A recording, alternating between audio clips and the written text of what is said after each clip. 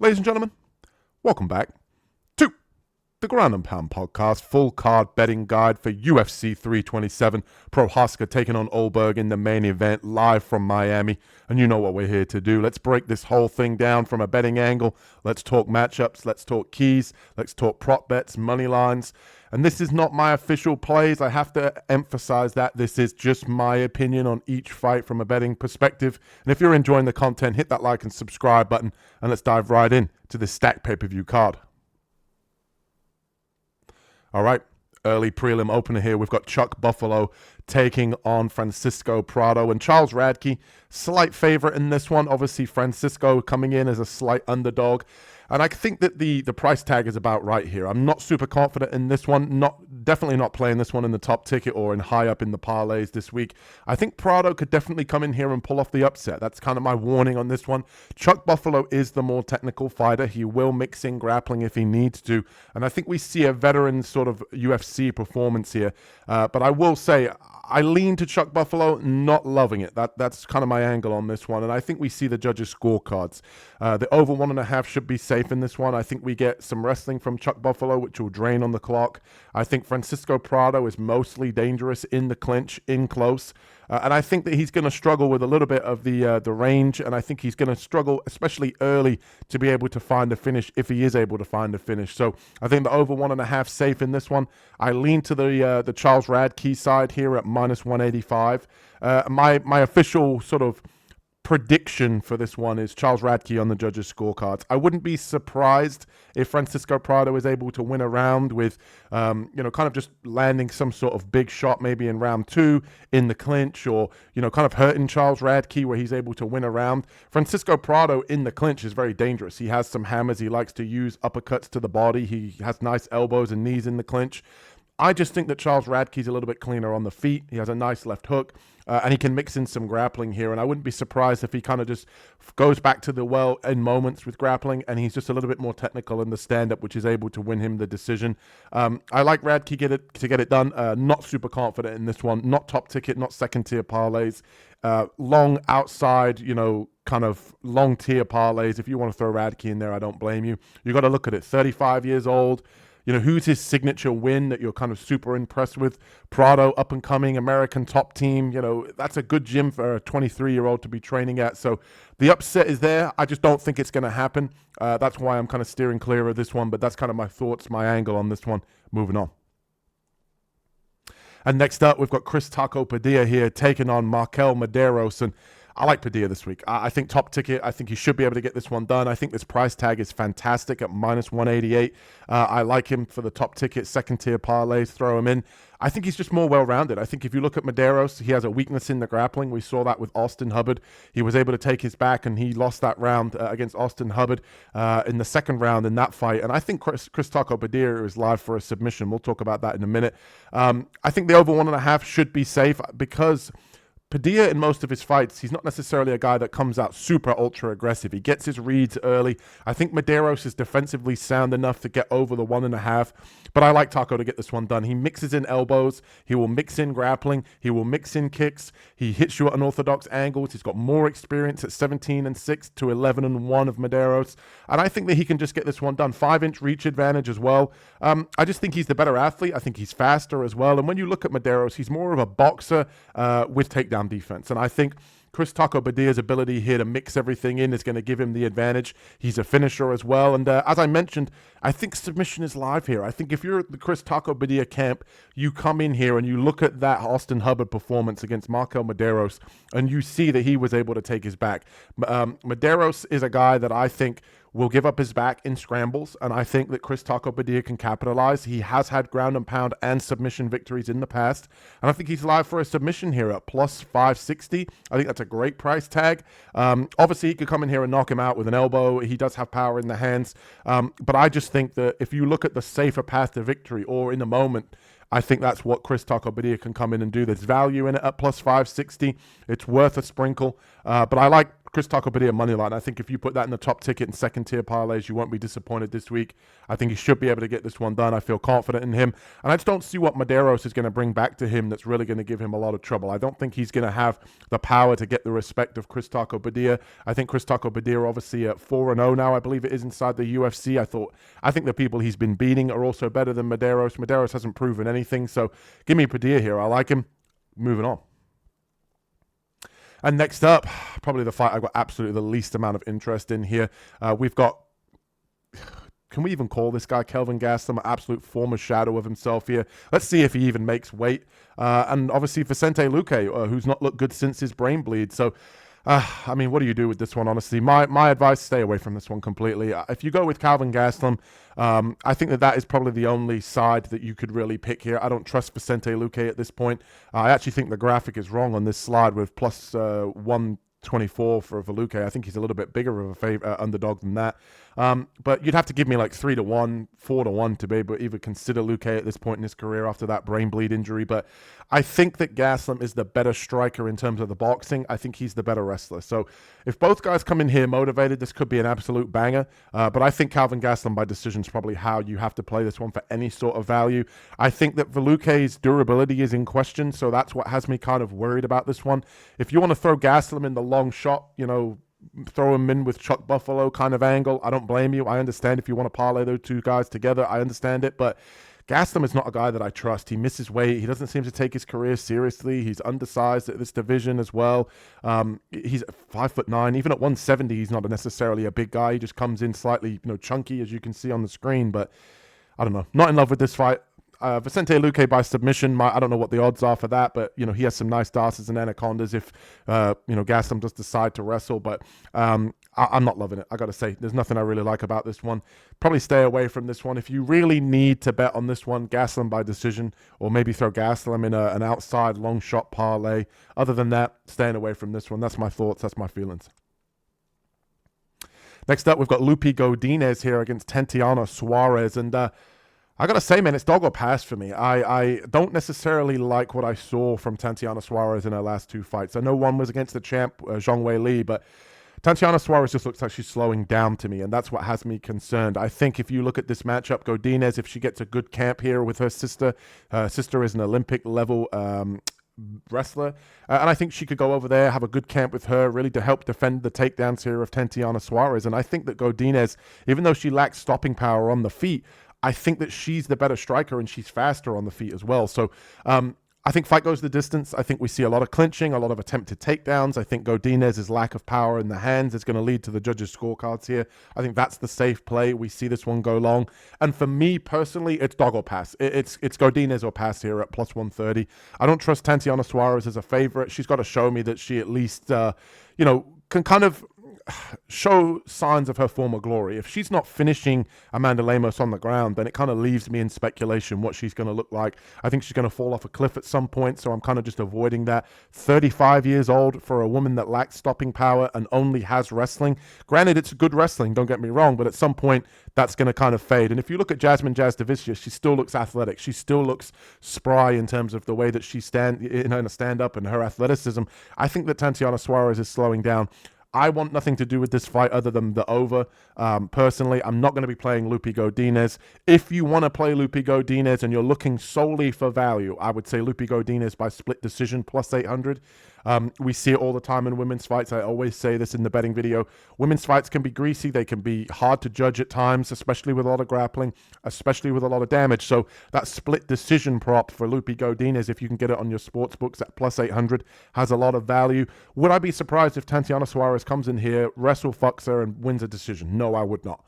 But do I think it's going to happen? Do I think there's value in that? Absolutely not. I'm staying away from it. Just my thoughts and feelings anyway. But I think Godinez is a better fighter than her 14-5 record suggests. I think she's got the camp to be able to have success here against Tatiana Suarez. But that's my thoughts. That's my feelings on this matchup.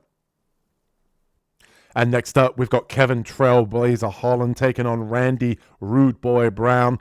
And I got to say, man, I did pick Randy Brown. Obviously, I do think that there's some opportunity for him to mix in some of his wrestling here. But I think, again, it's got to be dog or pass. I'm not super confident in Kevin Holland. How can you be confident in Kevin Holland with the way that he comes in, not serious about some of his fights? But I think there's value to be had in Kevin Holland. That's what I'm going to say about this one. I think him inside the distance at plus 200 is how I would sprinkle this one if I was going to touch it. I think a lot of people as well are on the Randy Rude Boy Brown side.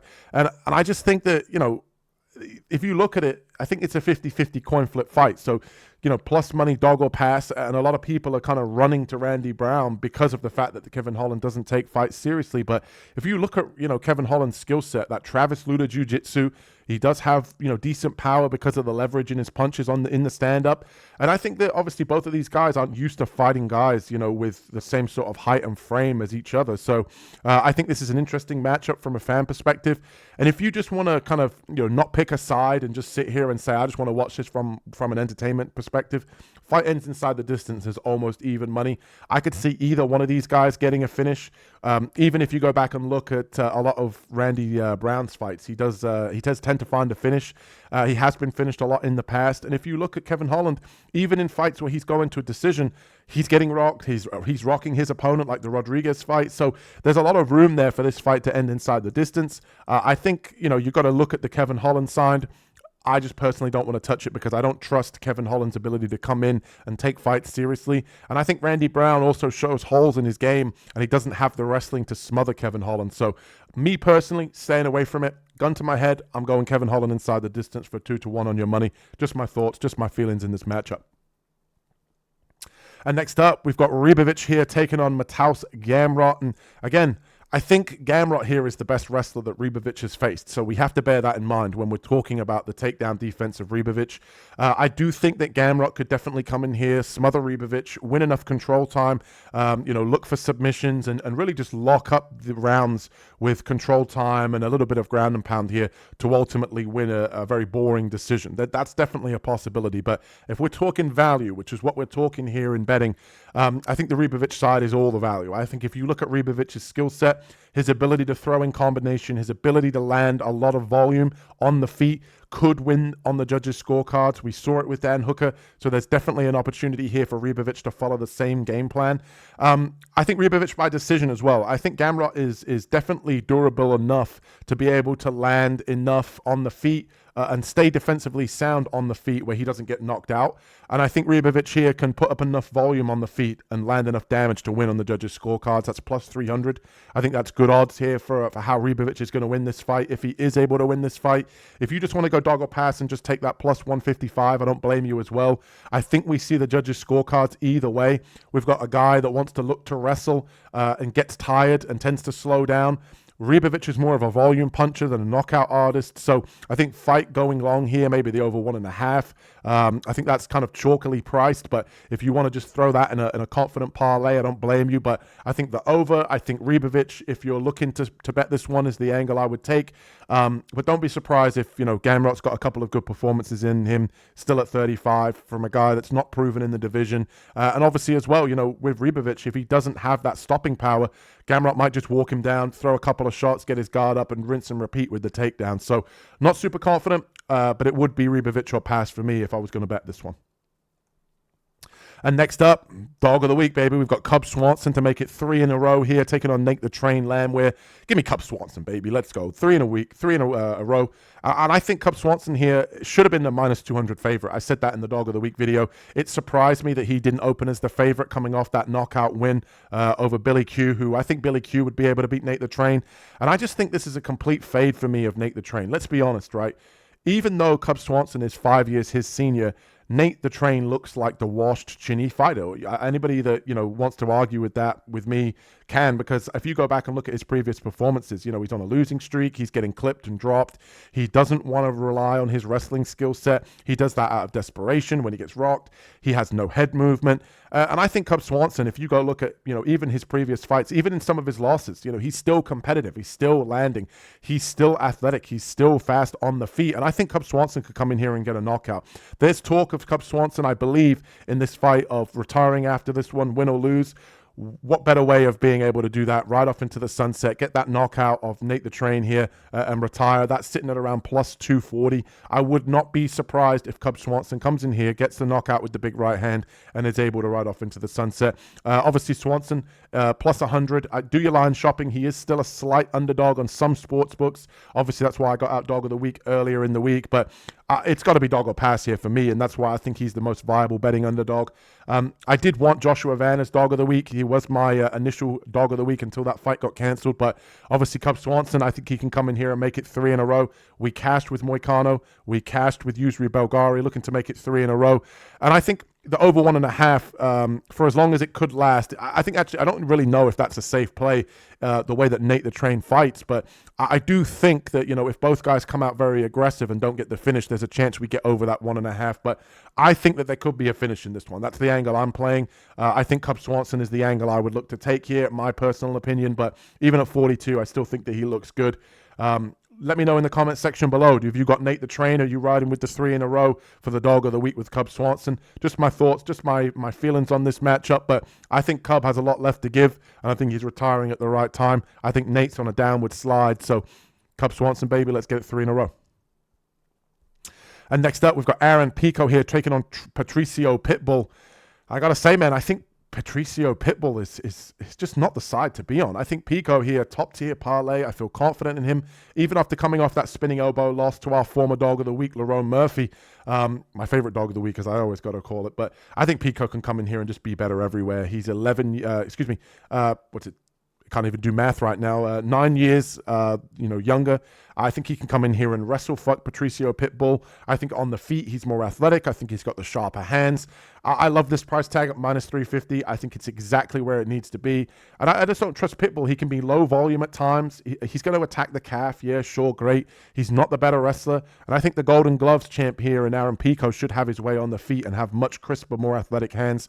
Much, much better athlete. And I think that's just what it's going to come down to in this one. I think the under 2.5 here, or the fight doesn't go the distance, is a great play. I think Pico can come in here and make a statement after his last loss. And he's going to need to. He's going to look at this fight as he wants to get his first UFC win. He's got the UFC debut out the way. He got embarrassed. And I think he wants to come in here and make a statement. Pitbull has not proven anything to me inside the UFC at this point. He got controlled by Yair Rodriguez. Pico should be able to come in here and do the exact same thing. That's kind of how I look at this one. Pico I'm going to say, the way that I'm looking at this one is he comes out, he wrestles, and he's able to get the finish in the second round, whether that's club and sub or ground and pound victory, plus 600 for that second round finish is how I look to play this one. I like Pico top ticket. I know a lot of people this week like Pico top ticket. I think that a lot of people are very confident in him, and for good reason. I think he comes in here. I think he gets this one done inside the distance, makes a statement, and gets his first UFC win. And next up, we go from confidence to glass chin shattering confidence. That's how I'm viewing this one. Absolutely nowhere near want this one anywhere near my bets. I don't want to touch this one. Fight doesn't go the distance. Sure. But how many times do we get burned on two fighters who are known as being chinny, known to have power, and it ends up going to the judges' scorecards? Francis Ngannou versus Derek Lewis springs to mind, but I want nothing to do with this one. I'm on the Reyes side from a pick perspective. He is the cleaner fighter. He's fought the higher level competition throughout the career. He's had a little bit of a resurgence. Obviously, Walker coming off of his last victory over in Shanghai, China, but I just don't trust either guy. It's just simple as that. Fight doesn't go the distance. Both guys are chinny. I think one guy finds a knockout. Either fighter by KO, I think is probably live here, unless Walker decides to grapple and find a submission with the long limbs. But under 1.5, maybe. Maybe both guys stare at each other because they're worried about, which one lands first. And also as well, if you're just talking pure value and it's a coin flip fight, Walker by knockout inside the first round is plus 300. That's the best value, I think, on this one. I don't want anything to do with this one. If gun to my head, I would play probably Reyes, but like I said, Walker is the value side here based on the fact that he is the slight underdog, and based on the fact that obviously him by knockout is sitting at around 3-1 on the odds. So that's how I look to play this one. Me personally, not going to touch it. And next up, we've got Josh Hockett taking on Curtis Razor Blades. I was thinking of Chris Curtis. But yeah, I like the Blades side. The more that this week's gone on and the more I've thought about this matchup, the more I like Curtis Blades. I think if you look at this one, I think the fact that this line is so close because of the hype around Hockett with the talking on the microphone, the antics, the last performance where he flipped off, I forget the guy he was fighting, but in that fight, I just look at it and think from the perspective of he pushes a heavy pace, but he's not proven. Let's just face it. And you look at, Curtis Blades, he was able to come in most of his fights and prove the doubters wrong. He is a great wrestler as well. He has almost a 7-inch reach advantage. He's technical in the striking. He fights long as well, has a nice jab, and he's only lost to the best of the best. And I don't think Josh Hockett's proven to be anything yet. And you go back and look at Hockett, in terms of Contender Series, in terms of his last performance, I just don't see anything that he's going to be able to do to a guy like Curtis Blades. He's not going to be able to come in here and push a heavy pace and wrestle fuck Curtis Blades. I don't think he's big enough. I think he's fast. I think he can put up volume, but I think he's reckless. And I think Curtis Blades has technical enough striking to be able to find a finish here. And that's the angle I would look to take. Not top ticket for Curtis Blades, but I do think, second tier parlay this week, Blades can come in here, win on the judges' scorecards or find a finish. And I'm going to say he finds a finish here at plus 215. I think there's value to be had there. I think, Hockett comes in a little bit reckless. He comes in swinging overhands to set up his takedowns. And I think Curtis Blades can time a nice shot. He can put him down with a jab. I think if Blades, can get a takedown here and get on top, he's the much bigger heavyweight. He's cutting weight to 265. Hockett is walking around at, 220 to 230 to maybe at a push 240. Seeing him this week, he doesn't look, when we're talking media day, he does not look around 240. So Curtis Blades is going to have a reasonable size advantage here. And I think if Hockett can't get Blades out of here early, I think we're looking at him getting tired. I think we're seeing him get taken into deep waters. I think Blades can drag him to the ground in the second and third round, beat him up and find a finish, maybe even club and sub, or even knock him out on the feet when Hockett comes in reckless. So I like the Blades side here. I think he's being disrespected. And let's just face it, with all the antics on the microphone of Josh Hockett, I was a fan at first. After seeing some of the stuff he's done this week, if you've not checked it out in the media day, not really a fan of the guy, but we'll see. I think this is a great fight, and I think the line speaks for itself. But give me Curtis Razor Blades here to get this one done. And that brings us to the co-main event here for UFC 327. We've got Paulo the Eraser Costa taking on Azamat Mirzakhanov. And I feel confident in Mirzakhanov here to get this one done. This stylistic matchup to me is perfect for Mirzakhanov. And I think it's because he's not going to have to worry about the takedowns. It's mostly going to be stand-up. Eraser, Paulo Costa is not the same guy that he's been in the past. He's shy, he's timid. And I think if you go back and look at that Kopylov fight, it was because he was willing to walk forward and actually throw and trade. And I think that Mirzakhanov is the much more technical striker. I like him top ticket, second tier parlay, throw him in that. I think he should be able to get this one done. I think he should be a bigger favorite than minus 200 as well. Do your line shopping. I think you can get him at a little bit better price tag than that. I like him by decision. Again, do your line shopping there. I think Costa has proven to be durable outside of that Israel Adesanya knockout loss. Prime Israel Adesanya was a problem, not this current Israel Adesanya, but I think Costa, we're going to see a lot of him backing up, throwing one shot at a time. Mirzakhanov is a sniper. It doesn't matter if he's small for the division. Costa is only going to be 3 inches taller with half an inch reach advantage. So this is going to be one of the first times, I think, for Mirzakhanov where his stature and his height, he's going to be fighting a guy very similar in height and reach. Most of the time he's fighting taller guys here at 205. And I just think Costa, he wants to fight at 205 because he's a ballooned up guy. He doesn't want to cut weight. He's very muscular. And I think Mirzakhanov here is going to be much faster to the punch. I think people underestimate his athleticism. And Costa has even talked about, him being a fat boy and mocking his opponent's build. But I think he's gonna humble him in terms of that. This isn't a bodybuilding contest. In terms of the striking, Mirzakhanov is a sniper at 16-0. He's a great finisher. He can go all 3 rounds. He's got wrestling to fall back on. He's 16-0 for a reason. I've always been high on this guy, and I think he can come in here and make a statement. I like him money line. I like the fight to go the distance at plus 100, and I think Mirzakhanov by decision as well. Do your line shopping. You can get him at plus 195, 199, somewhere around there. So keep an eye on that price tag, but I like him to get this one done. Eraser has proven to be a guy that can, be durable, last a long periods of fights. So I do think the last round might get a little bit edgy if Costa has kind of been beaten up throughout the course of 3 rounds. Mirzakhanov is a finisher, but I'm going to say that he does manage to make it to the judges' scorecards here. I like Mirzakhanov in a big way this week. I feel confident in him to make a statement here and get the victory. And that brings us to the main event here for UFC 327. Looking forward to this one. It's Carlos Ulberg taking on Yuri Prochazka. I got to say, man, I did pick Yuri Prochazka, but I'm kind of getting some cold feet about this one. I think either fighter by knockout is a good way to play it as a safe angle. I think under 3.5 is very live. I think Yuri is going to get the knockout with inside 3 rounds. I think Ulberg will get the knockout if he does get the victory inside of 2 rounds. And I think Prohaska moneyline is kind of the lean I'm taking here. Would I be surprised if Carlos Ulberg is able to land a big shot as Yuri gets overzealous with the great counter striking that the Black Jag Carlos Ulberg has? Absolutely not. I would not be surprised by that. I'm taking Yuri purely because I think he can mix in some wrestling. He can show a different look that Ulberg is not used to. And I think Prohaska has been to the top of the mountain and he's been able to do it before. He is slightly younger. He has much more experience over, obviously, in Ryzen. He has a slight reach advantage. I think that he's just going to give Carlos Ulberg a look that he's not used to seeing. And let's face it, Ulberg has obviously won a 9-fight win streak, but you look at his last few performances, been a little bit sketchy against Jan Blachowicz. He struggled every time Jan walked forward, and if you want to talk about a guy that's going to come forward and come at you, it's going to be Yuri Prohaska. And I think Prohaska has a slight lean. I don't blame people for taking Prohaska. I'm just going to say this now. Be careful, putting a lot of money on Yuri Prohaska. He leaves himself open. Every time he's taking a big punch, he is obviously, getting it straight square in the forehead. That's not always a recipe for disaster. That's a recipe for disaster, let's be honest. That's not always a successful plan. He just manages to walk through, weather a storm, and beat up his opponent. And that's not always the safest path to victory.